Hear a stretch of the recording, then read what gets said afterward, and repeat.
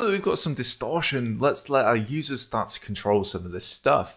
So here on my kind of final version, I've got this kind of slider that I can make go really, really quick or not move at all. So how do we actually add this in? Well, this is all to do with HTML content, and what I want to do is update my JavaScript based on this content. So something that we haven't done just yet. So the first thing we're going to do is actually add something to the top of the page. I'm actually going to start to control my kinetic type animation with this slider. So we need to add the slider first of all, of course. So the first thing we're going to do is we're going to go back to our code. We're not going to go into our JavaScript just yet because we're going to go into our index.html. The first thing we're going to do is actually add our slider to the top of our index.html. Now I'm going to group all of these inputs all together. So I'm going to make a tag called a div tag. And on this, I'm going to give this a class of actions. Now, this is just so I can pick and choose which ones I'm going to pick. So I want my div class actions in the top right corner of the page. And inside this div class actions, I'm going to add an input tag. Now, this input tag has a few things on here, but the first thing I'm going to do is give this a class as well. Now, which input am I talking about? Is it a slider? Is it the line number 1, line number 2? I'm going to do this as a class called wave speed, maybe call it wave, let's say. Now, this is going to be a certain type of input. By default, it's just a text area I can type in here.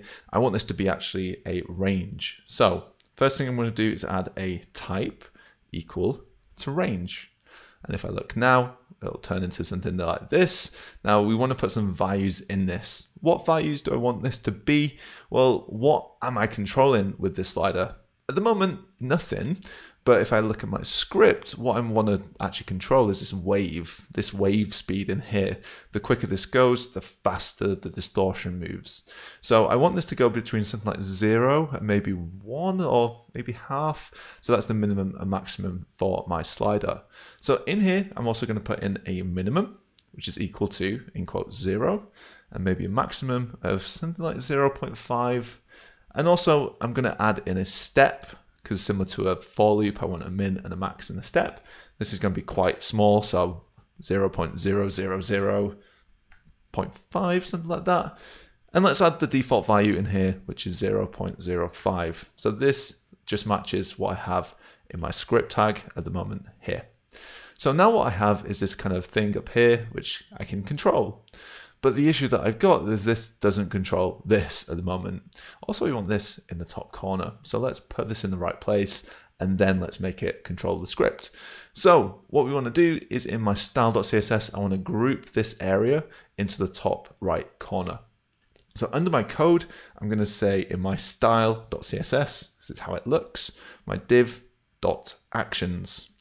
And this is again going to be position fixed, similar to the canvas, but this is going to be in the top by 20 pixels and in the right by 20 px as well. So this just moves this up into this corner for now. We're also going to add some style to this as well, just because we're going to basically assume there's going to be more stuff in here. So I'm just going to make them all align in the middle by doing display flex, and we're going to add in align all of the items in here to the center as well. And also I'm just going to add a few more things to our inputs just to get them ready for the other things coming up.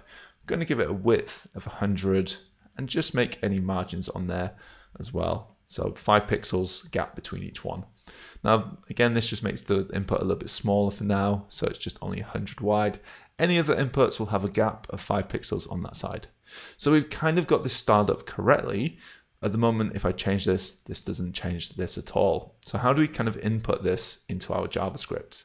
Well, what I'm going to do is quickly just go into my code in my script.js, and I need to pick this thing out. So how do I go and pick this thing out?